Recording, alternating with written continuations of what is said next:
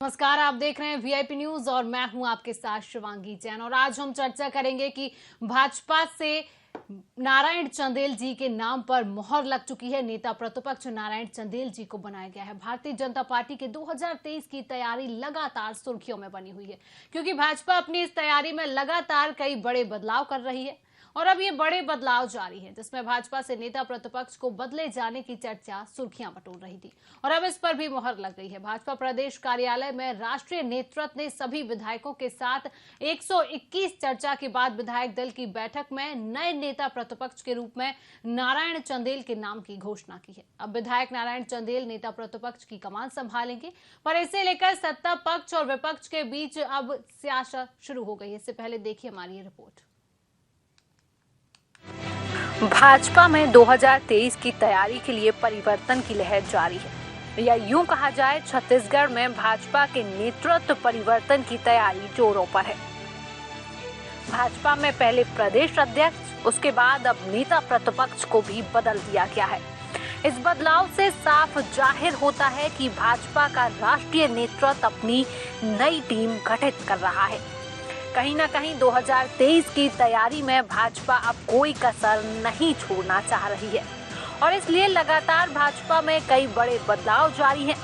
अब इस बदलाव पर चर्चाओं में सवाल यह भी है कि भाजपा के पुराने नेतृत्व में आखिरकार क्या कमी आ रही थी। भाजपा में हो रहे लगातार बदलाव पर मुख्यमंत्री भूपेश बघेल का बयान सामने आया है। उन्होंने कहा कि वरिष्ठ नेताओं की उपेक्षा की जा रही है। हंटर चलने के बाद अब जामवाल छत्तीसगढ़ आए हैं, उसके आने से परिणाम भी सामने आने लगे हैं। तो हम लोग देख लिए, अब जाम वाले आए हैं, उसका असर दिखाई दे रहा है। प्रदेश अध्यक्ष भी बदल गया है, नेता प्रतिपक्ष भी बदल गए और मैंने तो बधाई भी दी नेता प्रतिपक्ष को। चेहरे बदलने की जो मांग उनकी पार्टी में लगता है किसी कारण से नहीं है। देखिए, वरिष्ठ लोगों को उपेक्षा की गई है, जिसमें चाहे वो ब्रिजमोहन जी हो, चाहे वो अजय चंद्राकर जी हो, शिवरतन शर्मा जी हो, उनके चेहरे देख रहे थे ना, कैसे दिख रहा। ओबीसी को महत्व देकर। हाँ, तो ओबीसी तो था ही, क्यों धर्मलाल कौशिक ओबीसी नहीं है, है? तो आप कैसे देख रहे हैं उन लोगों का फ्यूचर क्या रहेगा? ब्रिजमोहन और रमन को लेकर बार बार बात होती है, आप कैसे देखते हैं? मैं तो पहले ही बोला कि सबकी टिकट कटने वाली है। मैं हाउस में भी बोला था, ये सबकी टिकट कटने वाली है। जितने 14 लोग बचे हैं वो किसी की वो सब कुछ बदल डालूंगा। वो जाम हंटर वाली और जाम वाले, ये दोनों मिलके वही करने वाले हैं।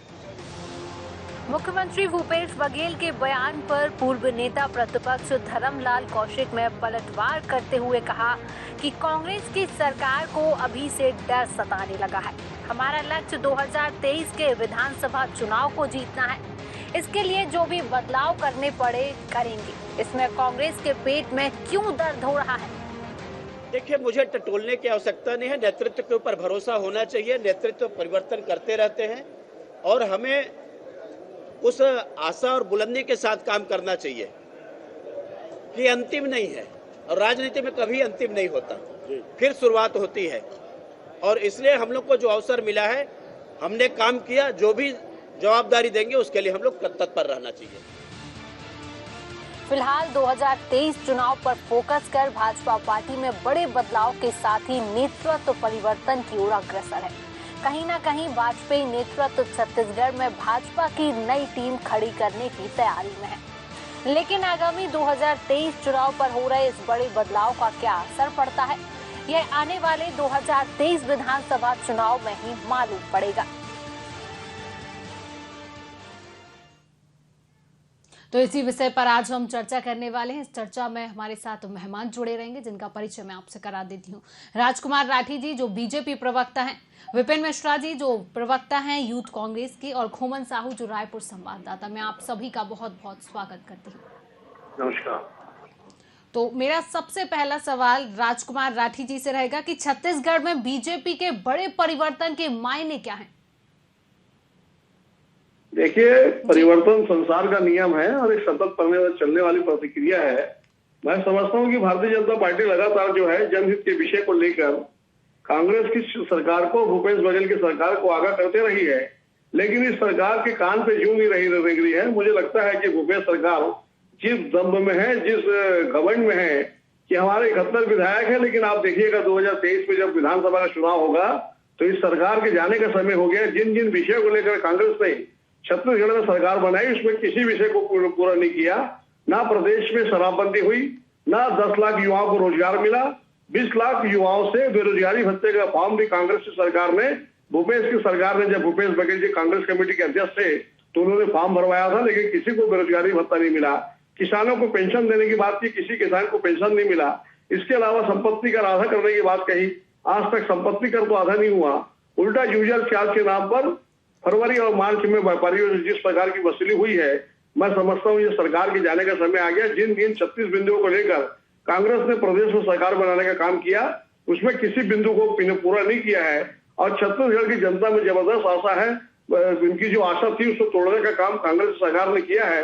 आप देख रहे हैं लगातार प्रदेश में, खासकर राजधानी रायपुर में लगातार लूट, डकैती, हत्या, बलात्कार, चाकूबाजी, गोलीबारी हो रही है और पुलिस मुख दर्शक बनकर देख रही है। कहीं ना कहीं मुझे लगता है कांग्रेस की सरकार में इच्छा शक्ति की कमी है और इस राजनीतिक इच्छा शक्ति की कमी के चलते छत्तीसगढ़ में कानून व्यवस्था की स्थिति बहुत ज्यादा चरमरा गई है और अभी तक हमारी 5200 माताओं बहनों के साथ, छत्तीसगढ़ की माताओं के साथ, बहनों के साथ बलात्कार की घटना हुई है।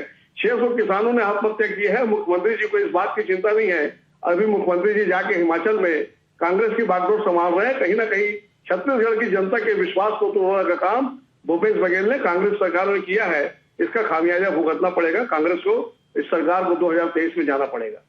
विपिन मिश्रा जी, आप इनकी बात से क्या कहेंगे? इनने कहा भूपेश जो सरकार है वो घमंड में है, ना रोजगार दिया गया, ना लोगों को पेंशन दी जा रही है, छत्तीसगढ़ में लगातार बलात्कार जैसी घटनाएं बढ़ती जा रही हैं। विपिन मिश्रा जी, नमस्कार करता हूं वीआईपी चैनल में जी। मैं बताना चाहूंगा कि छत्तीसगढ़ में जो भारतीय जनता पार्टी है उनका पूरी तरह से फुकड़ा साफ हो चुका है। ये 2018 में जनता ने करारा जवाब दिया था। अब ये 2023 की तैयारी में जुट गए हैं। अभी नया परिवर्तन हुआ है, चंदेल जी को अध्यक्ष बनाया गया है। अगर ये नरेंद्र मोदी और अमित शाह को भी यहाँ का प्रदेश अध्यक्ष बना दे या नेता प्रतिपक्ष बना दे, तब भी छत्तीसगढ़ में भारतीय जनता पार्टी का सरकार न बनेगी और अभी ये 15 सीटों में है। इस बार और इनकी बुरी स्थिति होने वाली है। और इन्होंने बात कही कि छत्तीसगढ़ में कुछ काम नहीं हो रहा है। छत्तीसगढ़ की जो 3.25 करोड़ जनता है वो पूरी तरह से खुश है। अब भूपेश बघेल में घमंड नहीं है। भूपेश बघेल एक ऐसा मुख्यमंत्री है पूरे हिंदुस्तान के अंदर में जो गरीब गुरबों की बात करता है, जो किसानों की बात करता है, जो नौजवानों की बात करता है, जो महिला सशक्तिकरण का काम कर रहा है। छत्तीसगढ़ की जनता, छत्तीसगढ़ की 3.25 करोड़ की जनता को लग रहा है पहली बार कि छत्तीसगढ़ में भारतीय जनता पार्टी की जो सरकार थी उसके विरोध में जिस तरह से उनके नेता खुद आपस में ही लड़ रहे हैं। अब बताइए, बृजमोहन अग्रवाल जी इतने वरिष्ठ नेता हैं, उनको महत्व नहीं दिया जा रहा है। ये बोल रहे हैं कि हम ओबीसी की बात करें, क्या धर्मलाल कौशिक जी ओबीसी नहीं थे? भारतीय जनता पार्टी में कुछ सही नहीं चल रहा है, खींचतान चल रहा है। ये तो अभी बदलाव हुआ है, क्या मालूम भाई 2-4-6 महीने में और बदलाव हो जाए।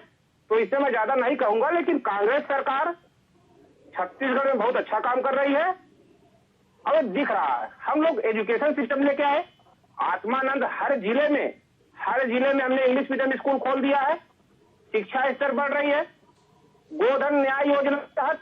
और ये हम नहीं कर रहे हैं, देश के प्रधानमंत्री नरेंद्र मोदी जी ने खुद इसकी तारीफ की है। तो ये भारतीय जनता पार्टी खाली कहती कुछ और है, करती कुछ और है और छत्तीसगढ़ में इनको करारा जवाब दी है छत्तीसगढ़ की जनता ने। अब आगे आगे देखते रहिए होता है क्या।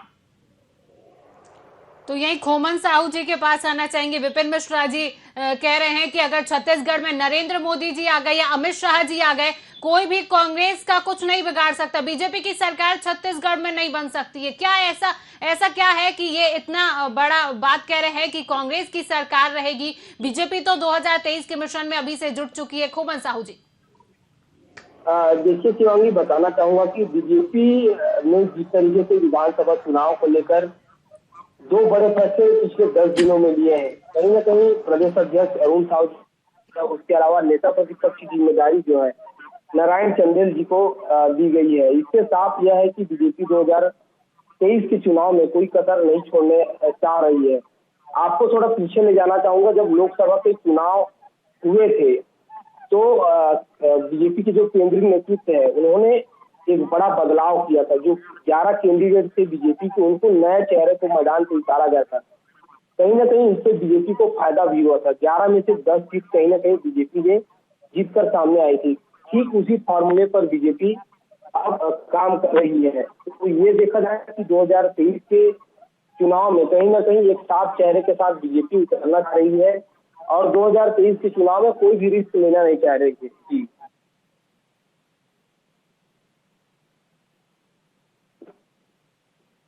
वो आप कैसे देखते हैं खोमन जी? जी, जो छत्तीसगढ़ में बीजेपी ने अध्यक्ष के बाद नेता प्रतिपक्ष को बदला है, उसको आप कैसे देखते हैं?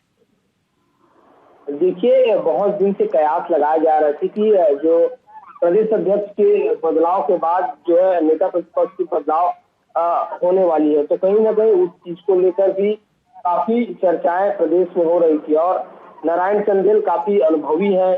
उनको जिस तरीके से विधानसभा में देखा जाता था, काफी अच्छे तरीके से वो मुद्दे को सामने रखते थे और केंद्रीय नेतृत्व ने उनको जवाबदारी भी दी है।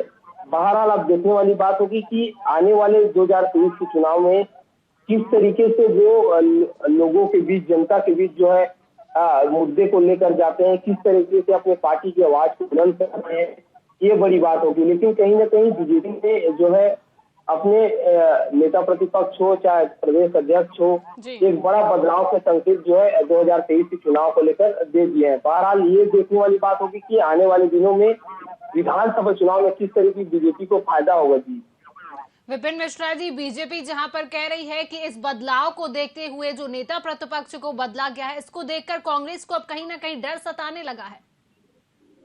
देखिए जैन जी, मैं एक चीज बताना चाहूंगा जी कि बदलाव हो गया है, बदलाव होगा तो डर है, डर वाली बात नहीं है। होता क्या है कि 15 साल से भारतीय जनता पार्टी की सरकार रही प्रदेश में जी।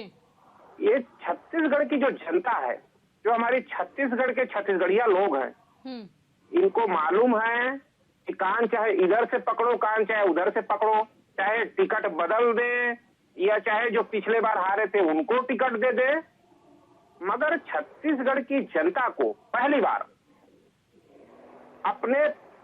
अपने बीच से एक माटी पुत्र, एक धरती पुत्र भूपेश बघेल जी जिस हिसाब से काम कर रहे हैं इस प्रदेश में, एक कोट उपाय कर ले, एक कुछ भी कर ले। मैंने पहले ही बता चुका हूं कि ये नरेंद्र मोदी अमित शाह को भी यहां से चुनाव लड़ाएंगे, वो भी हार जाएंगे, क्योंकि छत्तीसगढ़ में इस समय भूपेश बघेल जिस हिसाब से काम कर रहे हैं जी। 2000 बनने के बाद पहली बार छत्तीसगढ़ का प्योर व्यक्ति, छत्तीसगढ़िया मुख्यमंत्री बना है और वो भूपेश बघेल जिस हिसाब से काम कर रहे हैं, मैं कोई बड़ाई नहीं कर रहा हूं, वो दिख रहा है, वो जमीन पे दिख रहा है कि किस हिसाब से आज हमने हर जिले में आत्मानंद इंग्लिश मीडियम स्कूल खोला है। आज गांव के बच्चे इंग्लिश बोलने लगे हैं। अब ये धीरे से ब्लॉक में खोलेंगे, उसके बाद धीरे धीरे करके सारे ग्राम पंचायतों में जिस दिन इंग्लिश मीडियम स्कूल खुल जाएगा इस प्रदेश के अंदर में, ये छत्तीसगढ़ प्रदेश अभी तो रफ्तार पकड़ रहा है, विकास हो रहा है, प्रगति दिख रहा है, मगर आने वाले समय में छत्तीसगढ़ आसमान छूएगा इस प्रदेश के अंदर। और ये यहाँ की 2.5 करोड़ जनताओं को लग चुका है। आज जो यहाँ का संस्कृति है, जो यहाँ का रीति नीति है, ये सारा चीज लोगों को पता चल चुका है कि छत्तीसगढ़ में पहली बार एक अच्छे नेतृत्वकर्ता के हाथ में कमान है और छत्तीसगढ़ की जनता कभी भी ऐसा गलती नहीं करेगी और कांग्रेस पार्टी की दोबारा सरकार बनेगी और प्रचंड बहुमत से सरकार बनेगी। कांग्रेस पार्टी के एक कार्यकर्ता बूथ में मेहनत कर रहे हैं, हर लोगों को सुख दुख में खड़े हो रहे हैं, तो एक किसी को बना ले। मैंने पहले ही बता चुका हूं जैन जी आपको कि ये चाहे नरेंद्र मोदी या सारे लोगों को बुला ले, सारे मंत्रियों के यहाँ प्रचार करा ले, केंद्र में जितने इनके मंत्री हैं, लेकिन छत्तीसगढ़ में कुछ नहीं बदलेगा। छत्तीसगढ़ में कांग्रेस लेकिन अभी इसके पहले राजकुमार जी ने तो कहा है कि छत्तीसगढ़ में रोजगार नहीं दिया जा रहा है, पेंशन नहीं दी जा रही है। छत्तीसगढ़ आप कह रहे में हैं कि भैया किसी चीज की कमी नहीं है छत्तीसगढ़ में? मैं उसी बात में आ रहा हूँ जयंत जी। जो गोधन न्याय योजना के तहत हर ग्राम पंचायतों में रोजगार मिल रहा है जी। आज इस योजना के बारे में इनके खुद प्रधानमंत्री वो खुद उसकी बड़ाई कर रहे हैं। ये हम नहीं कर रहे हैं, ऑन द रिकॉर्ड की बात कर रहे हैं। देखो, भारतीय जनता पार्टी कहती कुछ और है, करती कुछ और है। आप देख लीजिए, इन्होंने कहा था कि जब हमारी सरकार बनेगी 2014 में तो हर वर्ष 2 करोड़ नौजवानों को रोजगार देंगे। क्या इन्होंने 2 करोड़ नौजवानों को रोजगार दिया? इनके 2013 के मैनिफेस्टो में था कि हम शराबबंदी करेंगे। हमने तो समिति बना के रखी है, उसमें रिपोर्ट आनी है। हमने नहीं कहा कि हम शराब बंद नहीं करेंगे, हम शराब बंद करेंगे। लोगों से पूछा जा रहा है, समिति बनाई गई है। मगर भारतीय जनता पार्टी जो कहती है वो करती नहीं है। आज बताइए, हिंदुस्तान में पहली बार ऐसा हुआ कि जिस रोटी को हम खाते हैं उसमें टैक्स लगाया दिया जा रहा है, दही पे टैक्स लगाया जा रहा है, खाद्य पदार्थों पे टैक्स लगाया जा रहा है। ये क्या है भैया? जो छोटे छोटे बच्चे हैं जो स्कूल जाते हैं, उनके जो पेंसिल रेजर उस पर टैक्स लगाया जा रहा है। तो भारतीय जनता पार्टी कहती कुछ और है। छत्तीसगढ़ की जनता बखूबी जान रही थी 15 साल तक कि प्राय 15 साल में छत्तीसगढ़ को किस तरह से लूटा गया, जन जंगल जमीन सारा बेच दिया गया। ये किसी से छिपा नहीं है। ये तो भूपेश बघेल आए हैं तो छत्तीसगढ़ियों को लग रहा है कि ये हमारे बीच का व्यक्ति है, हमारे लोगों की रक्षा कर रहा है। और भूपेश बघेल जी उसमें पूरी तरह से तटस्थ है और वो पास हो चुके हैं। उन्होंने यह साबित कर दिया है कि छत्तीसगढ़ में पहली बार छत्तीसगढ़ियों की सरकार बनी है। आप देख लीजिए, आज तीजा पोला हो, हरेली तिहार हो, राउत नाचा हो, एक कांग्रेस को कॉपी कर रहे हैं भारतीय जनता पार्टी के लोग। लेकिन अकल के लिए नकल के लिए अकल की आवश्यकता होती है, वो अकल भी नहीं है इनके अंदर में। तो ज्यादा मैं कुछ नहीं कहूंगा। छत्तीसगढ़ की 2.5 करोड़ जनता का आशीर्वाद है और आशीर्वाद रहेगा, बरकरार रहेगा और हमारी सरकार पुनः बनेगी। राजकुमार राठी जी के पास आना चाहूंगी। जैसे कि विपिन जी कह रहे हैं कि बीजेपी की सरकार कहती कुछ है, करती कुछ है। जीएसटी, खाने की चीजों पर जीएसटी लगे, कितनी भी हिम्मत कर ले, लेकिन छत्तीसगढ़ में बीजेपी की सरकार नहीं बन सकती है। पिछले कई सालों से कांग्रेस की सरकार का वहां पर बोलबाला है। देखिए, मैंने आपसे पहले भी कहा, फिर कह रहा है विपिन मिश्रा जी जिस घमंड से बात कर रहे हैं, ये घमंड जो है 2023 में विधानसभा चुनाव में पिछले वाला है। और विपिन मिश्रा जी को शायद याद नहीं है 2018 के विधानसभा चुनाव के बाद जब मई 2019 में लोकसभा का चुनाव नरेंद्र मोदी जी के नेतृत्व में हुआ तो जिन 68 सीट पर कांग्रेस ने विजयश्री हासिल की थी उसमें 65 सीट पर कांग्रेस को हार का सामना करना पड़ा। बार बार विपिन मिश्रा जी कह रहे हैं नरेंद्र मोदी यहाँ से चुनाव लड़ ले, तो नरेंद्र मोदी के चुनाव में, नरेंद्र मोदी के नेतृत्व में पूरे देश में 2019 में जब लोकसभा का चुनाव हुआ था तो यही विपिन मिश्रा जी जो कह रहे हैं उसमें 68 में से 65 सीट पर कांग्रेस को हार का सामना करना पड़ा था। और भूपेश बघेल जी का छत्तीसगढ़ का मॉडल को पूरे देश ने नकार दिया है। इस छत्तीसगढ़ मॉडल को लेकर भूपेश बघेल जी उत्तर प्रदेश गए थे, असम गए थे। उत्तर प्रदेश में कांग्रेस की 2 सीट आई है और बड़े दुर्भाग्य का विषय है छत्तीसगढ़ के मुख्यमंत्री को पूरे देश में कांग्रेस कमेटी के जो अध्यक्ष है वो एटीएम के रूप में यूज कर रहे हैं। छत्तीसगढ़ में कई प्रकार के टैक्स बढ़ चुके हैं, लोहे पे टैक्स बढ़ गया है, सीमेंट पे टैक्स बढ़ गया है, रेती का जो रेट है वो जो कांग्रेस की सरकार में आज 23,000 में रेती मिल रही है।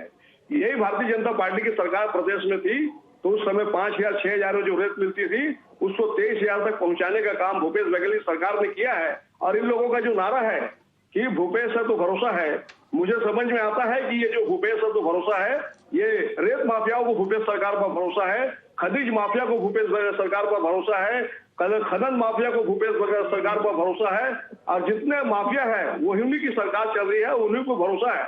आज भूपेश बघेल जी लगभग 3.25-4 साल की सरकार हो गई है। मैं विपिन मिश्रा जी से पूछना चाहूंगा कितने अंडरब्रिज, कितने ओवरब्रिज, कितने फ्लाईओवर आपने प्रदेश में बनाया है? इंफ्रास्ट्रक्चर में प्रदेश में जो है कहीं कोई काम नहीं हो रहा है, सारे काम ठप है। सिर्फ एक उद्योग चल रहा है, ट्रांसफर उद्योग भूपेश बघेल चला रहे हैं। इसके अलावा प्रदेश में कोई विकास का काम नहीं हो रहा है। 3.25-4 साल की सरकार में कांग्रेस की सरकार ने, भूपेश बघेल की सरकार ने 60,000 करोड़ रुपए कर्जा ले लिया है। छत्तीसगढ़ के हर नागरिक को कर्जदार बनाने का काम भूपेश बघेल की कांग्रेस की सरकार ने किया है। लेकिन इंफ्रास्ट्रक्चर में सरकार जो है पूरी तरह से जीरो है। एक भी जो है ईंट जो है विकास के रखने का काम भूपेश सरकार ने नहीं किया है। मैं आपको बताना चाहूंगा, परसों दुर्ग में एक जैन बच्ची गड्ढे में गिरने से एक बच्ची की मृत्यु हुई है। मैं समझता हूँ सड़क रिपेयरिंग का काम भी पूरे प्रदेश में बंद पड़ा है, विकास के सारे काम ठप पड़े हैं, खाली प्रचार चल रहा है।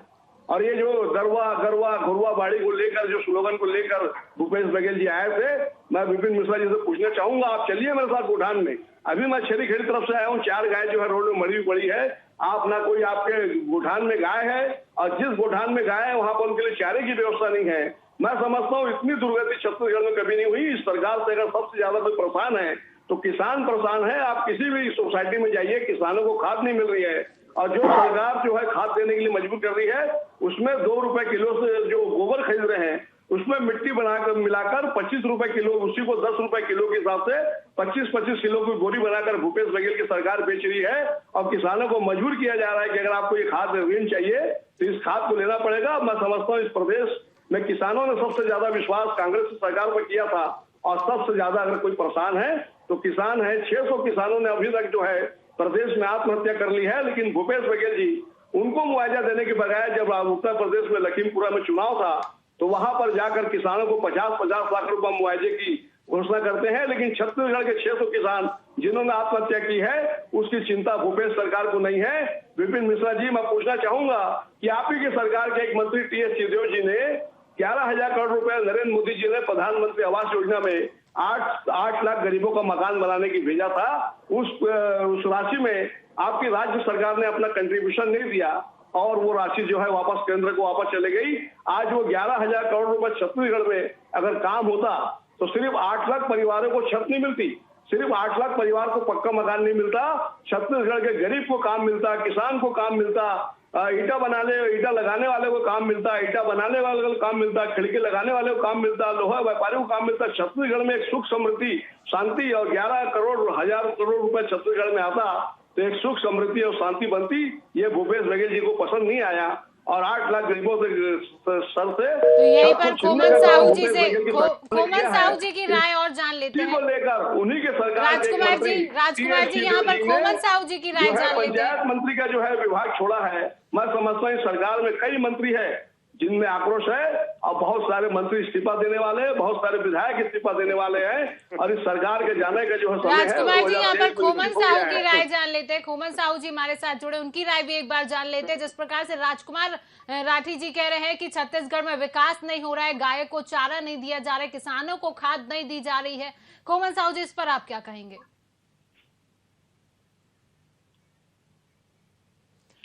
खोमन साहू से हमारा संपर्क टूट चुका है, तो समय के अभाव के चलते हम इसी चर्चा को यहीं पर रोकते हैं। आप सभी का हमारे साथ जुड़ने के लिए बहुत बहुत शुक्रिया।